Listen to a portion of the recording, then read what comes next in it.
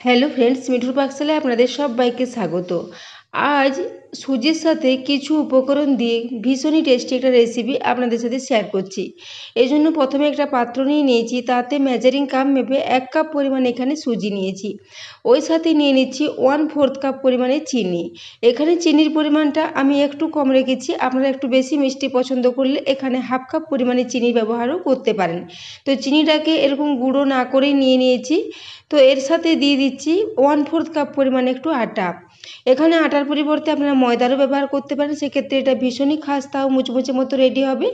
এরপর এখানে দিয়ে দিচ্ছি 2 টেবিল চামচ পরিমাণে দেশি কোটের কোকোনাট পাউডার। কোকোনাট পাউডার দিলে এর টেস্টটা ভীষণই ভালো হবে, এটা অবশ্যই দিতে হবে। তবে কোকোনাট পাউডার যদি বাড়িতে না থাকে সেক্ষেত্রে আপনারা ফ্রেশ কোকোনাটকে একটু কুড়িয়ে এর সাথে মিশিয়ে দিতে পারেন, সেক্ষেত্রেও একই রকম টেস্ট আসবে। তো দেখুন, এরপর সমস্ত উপকরণ দেওয়া হয়ে গেছে। এবার সমস্ত শুকনো উপকরণগুলোকে চামচে করে খুব ভালো করে মিশিয়ে নিচ্ছি। তো বন্ধুরা, সুজির সাথে এরকম বিশেষ কিছু উপকরণ দিয়ে যদি এই রেসিপিটা তৈরি করে নেওয়া হয় তাহলে টেস্টটা ভীষণই ভালো হয়। বাচ্চারা তো এরকম ধরনের রেসিপি ভীষণই পছন্দ করবে। এমনকি এই রকম ধরনের রেসিপি রেডি করে আপনারা একটা কন্টেনারের মধ্যে রেখে প্রায় 1 মাস পর্যন্ত এগুলোকে সার্ভ করতে পারেন। বাচ্চারা ভীষণই এগুলো পছন্দ করবে এবং যখনই খিদে পাবে তখনই একটা দুটো এইভাবে খেয়ে নেওয়া যেতে পারে, এটা ভীষণই ভালো হবে। তো দেখুন, এরপর আমি কিছুটা জল দিয়ে দিয়েছি, জল দিয়ে এটাকে একটু এভাবে মেখে নিচ্ছি। তো ডোটা এখানে খুব বেশি শক্ত করে তৈরি করব না, একটু বেশ নরম করে এটাকে রেডি করতে হবে। যেহেতু সুজি দিয়ে ডোটা করছি, তো সুজিটা ভিজে গেলে অনেকটাই বেড়ে যাবে, সেজন্য প্রথম অবস্থায় ডোটাকে একটু নরম করে একটু মেখে নিচ্ছি। তো এখানে জলটা একেবারে বেশি না দিয়ে কম কম করে জল দিয়ে একটা বেশ নরম মতো ডো রেডি করে নিতে হবে। তো দেখুন, এভাবে ক্রমাগত হাতে করে খুব ভালো করে এটাকে একটু মেখে নিচ্ছি। তো সুজিটা আমি এখানে গোটাই ব্যবহার করেছি, যেহেতু সুজিটা খুবই সরু দানার সুজি ছিল। আপনাদের যদি সুজি মোটা দানার হয় সেক্ষেত্রে আপনারা এটাকে একটু মিক্সির জারে দিয়ে গুঁড়ো করেও ব্যবহার করতে পারেন, তাহলে রেসিপিটা ভীষণই টেস্টি মতো রেডি হয়ে যাবে।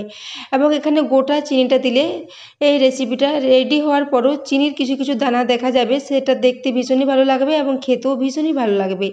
তো দেখুন, এরপর একটা বেশ নরম ডো মতো রেডি করে নিয়েছি এবং নারকেল দেওয়ার জন্য এর টেস্টটা ভীষণই ভালো হবে। তো দেখুন, এইভাবে এটাকে খুব ভালো করে এভাবে মিক্স করে নিচ্ছি। তো এই জন্য আমি প্রায় 5 মিনিট মতো সময় নিয়ে এটাকে একটু খুব ভালো করে মেখে নিলাম।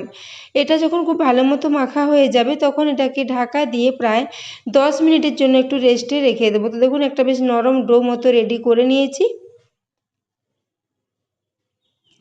তো দেখেই বুঝতে পারছেন, একটা আঙুল ডুবিয়ে দেখিয়ে দিচ্ছি, দেখুন এরকম একটা বেশ নরম মতো ডো রেডি করে নিয়েছি।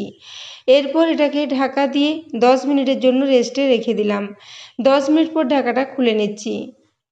এখন সুজিটা অনেকটাই জল টেনে ডোটা একটু শক্ত হয়েছে, তবে খুব বেশি শক্ত হবে না, একটু নরমও আছে।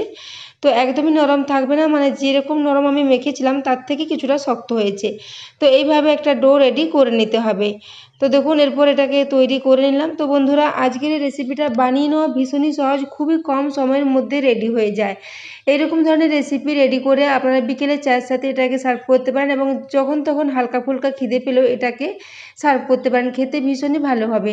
এমনকি বাচ্চাদের স্কুলের টিফিনের জন্য আপনারা একটা দুটো করে এগুলো দিতে পারেন, সেক্ষেত্রে বাচ্চারা ভীষণই মজা করে এটা খেয়ে নেবে। এটা ভীষণই খাস্তা ও মুচমুচে মতো রেডি হবে। তো দেখুন, এরপর এটাকে একদমই ভালো করে রেডি করে নিয়েছি মেখে, আবারও কিছুটা মেখে নিলাম। তো এরপর এখান থেকে একটু ছোট ছোট করে এভাবে মিশ্রণ নেব আর হাতে করে একটু এভাবে গোল গোল করে ছোট ছোট চ্যাপ্টা চ্যাপ্টা করে এগুলোকে রেডি করে নিচ্ছি। আপনারা চাইলে এগুলোকে লম্বা গোল যে কোনো শেপে রেডি করে নিতে পারেন, খুবই ভালো মতো এগুলো রেডি হয়ে যাবে। তো এটা দেখুন, তৈরি করার জন্য হাতে আর তেল লাগানোর কোনো প্রয়োজন নেই, এমনিতেই এটা বেশ ভালো মতো রেডি হয়ে যাবে এবং হাতে খুব বেশি লেগেও যাবে না। তো দেখুন, এরপর এটাকে এভাবে আমি রেডি করে নিচ্ছি। এইভাবে প্রথমে গোল গোল করে এভাবে চ্যাপ্টা চ্যাপ্টা করে ছোট ছোট করে এগুলোকে রেডি করে নেব। তো বন্ধুরা, আজকের রেসিপিটা যদি ভালো লেগে থাকে তাহলে অবশ্যই বন্ধুদের সাথে একটু শেয়ার করে দেবেন এবং রেসিপি ভালো লাগলে একটা লাইক করতে ভুলবেন না। তো দেখুন, এখানে একটা রেডি করে নিয়েছি, আবারও একটা আপনাদের দেখিয়ে দিচ্ছি। ওই একই পরিমাণ মিশ্রণ এখান থেকে নেব, তারপর হাতে করে এভাবে একটু গোল গোল করে এভাবে একটু চ্যাপ্টা চ্যাপ্টা করে এগুলোকে রেডি করে নিচ্ছি। তো বাড়িতে থাকা কয়েকটা উপকরণ দিয়ে খুব সহজে এটা রেডি হয়ে যায়, শুধুমাত্র নারকেলটা লাগবে টেস্টের জন্য। নারকেল দিলে এর টেস্টটা ভীষণই ভালো হবে। তো দেখুন, এরপর এটাকে দিয়ে খুব ভালো করে রেডি করে নিয়েছি। তো এখানে আমার দুটো রেডি করে নেওয়া হয়ে গেছে, এইভাবে আমি সবগুলোকে রেডি করে নেব। তো দেখুন এইভাবে সবগুলোকে একে একে রেডি করে নিচ্ছি। তো সবগুলো এখানে রেডি করে নিয়েছি। তো দেখুন প্রত্যেকটা একইভাবে রেডি করে নিয়েছি। এদিকে আমি গ্যাসে আগে থেকে একটা পাত্রে কিছুটা তেল গরম হওয়ার জন্য রেখে দিয়েছি। তো দেখুন এখানে প্রায় হাফ কাপ মতো তেল নিয়েছি। এগুলোকে দিয়ে একটু শ্যালো ফ্রাই করে নেব। এগুলোকে আপনারা ডিপ ফ্রাইও করতে পারেন। তো তেলটা এখানে খুব বেশি গরম করব না, বেশ হালকা গরম হবে সেই অবস্থায় এখানে সমস্ত এই মিষ্টিগুলো দিয়ে দিচ্ছি। তো বন্ধুরা এটাকে আপনারা মিষ্টিও বলতে পারেন অথবা বিস্কিটও বলতে পারেন। তো দেখুন এরপর আমি এগুলোকে এইভাবে তেলের মধ্যে দিয়ে দিচ্ছি। তেলটা হালকা গরম আছে সেই অবস্থায় এগুলোকে একটা একটা করে দিয়ে দেব। এখানে কড়াইটা যেহেতু ছড়ানো আছে, কম তেলের মধ্যে অনেকগুলো একসাথে ফ্রাই হয়ে যাবে, সেজন্য একে একে সবগুলোই জায়গা করে একটু একটু করে দিয়ে দেবো। তো বন্ধুরা আজকের রেসিপিটা যদি ভালো লেগে থাকে তাহলে অবশ্যই চ্যানেলটি সাবস্ক্রাইব করে আমার পাশে থাকবেন এবং পাশে থাকা বেল আইকনটি অবশ্যই প্রেস করে রাখবেন। তাহলে আমি যে কোনো নোটিফিকেশানে ছাড়ি না কেন তো সবার আগে আপনার কাছে পৌঁছে যাবে।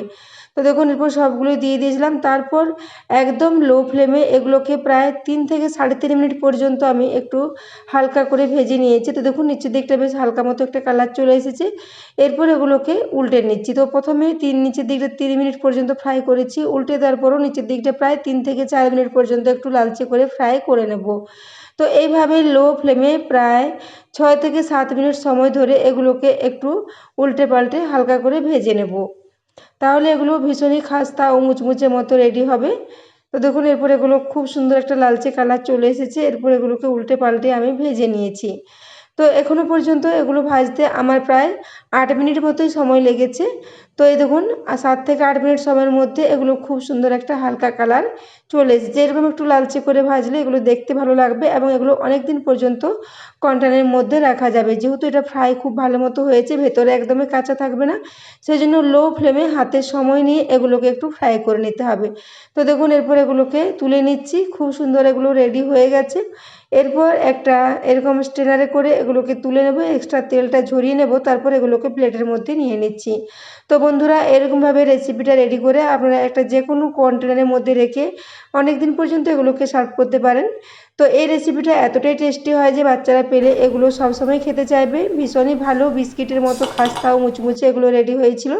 তো দেখুন এরপর আমি সমস্তগুলো প্লেটে নিয়ে নিয়েছি, তারপর এগুলোকে সার্ভ করে দিচ্ছি। তো এর একটা আপনাদের আমি ভেঙে দেখিয়ে দিচ্ছি। দেখুন চিনির দানাগুলো উপর থেকে দেখা যাচ্ছে এবং উপরটা ভীষণই খাস্তা ও মুচমুচে মতো রেডি হয়েছে এবং এগুলো মুখে দিলে মিলিয়ে যাবে, এতটাই খাস্তা ও মুচমুচে। এগুলো ঠান্ডা হওয়ার পরও একই রকম খাস্তা থাকবে, একদমই নরম হয়ে যাবে না।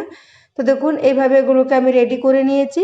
তো বন্ধুরা আজকের রেসিপিটা কেমন লেগেছে কমেন্ট করে জানাতে ভুলবেন না এবং রেসিপিটা এতক্ষণ পর্যন্ত দেখার জন্য আপনাদের অশেষ ধন্যবাদ। আবারও চলে আসবেন নিত্য নতুন কোনো রেসিপি নিয়ে।